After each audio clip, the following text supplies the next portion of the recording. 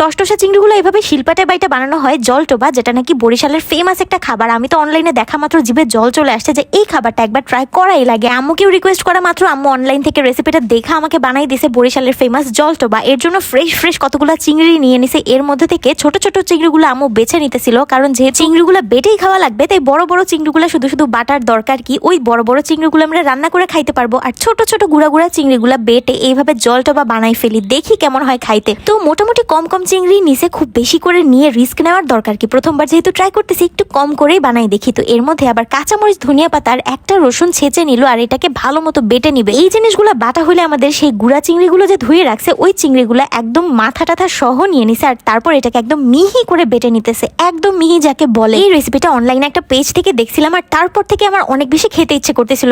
R at last এটা বানানোর পর আসলে আমার খাইতে অনেক বেশি ভালো লাগছে। ফুল রেসিপিটা অনেক বেশি ইজি, আপনারা দেখতে পারেন। চিংড়িগুলো একদম মিহি করে বাইটা নিয়ে এর মধ্যে স্বাদ মতো লবণ মিক্স করে দিতেছে, কারণ এটাই কিন্তু ডিরেক্টলি আমরা তরকারির মধ্যে দিয়ে দিব। এর জন্য সবকিছু আগে থেকে এটার মধ্যে মিক্স করে রাখতে হবে। তো লবণটা মিশাই নিয়ে আম্মু পুরোটা চিংড়ি বাটা একটা বাটির মধ্যে নিয়ে নিল। এখন চলেন রান্না বাড়িটা শুরু করে দিয়ে একটা তেলের মধ্যে পেঁয়াজ কুচি অল্প একটু নিয়ে আগে একটু ভাজা ভাজা করে নিতেছে, আর তারপর এক এক করে মশলা দিতে হবে আর কি। দুই জায়গায় দুই রকমের জলটোবার রেসিপি দেখছি, এক জায়গায় হচ্ছে বাগার দিয়ে করছে, আর আরেক জায়গায় আগে থেকেই সব মশলা কষাই নিয়ে করছে। তো আমরা আগে থেকেই সব মশলা কষাই নিছি, একদম অল্প একটু আদা রসুন বাটা, অল্প একটু মরিচ গুঁড়া, ধনিয়া গুঁড়া, হলুদ গুঁড়া, জাস্ট এইটুক মশলা দিয়ে স্বাদ মতো লবণটা দিয়ে ভালো মতো এটাকে একটু কষাই নিতেছিলাম। আর তারপর যখন দেখলাম তেল ভেসে ভেসে উঠতেছে, তখন এর মধ্যে পানি দিয়ে দিলাম প্রায় 2 কাপের মতো। 2 কাপ অথবা 1.5 কাপ দিলেই হয়ে যাবে, যেহেতু খুব বেশি পরিমাণের জলটোবা কিন্তু বানাইতেছি না আজকে। তো এটাকে এখন বলক আসা পর্যন্ত অপেক্ষা করতেছিলাম, আর খুব ভালো মতো যখন বলকায় গেছে তখন করলাম কি, আমাদের বেটে রাখা যে চিংড়িটা আছে ওইটা থেকে একটা চামচ দিয়ে অল্প একটু চিংড়ি বাটা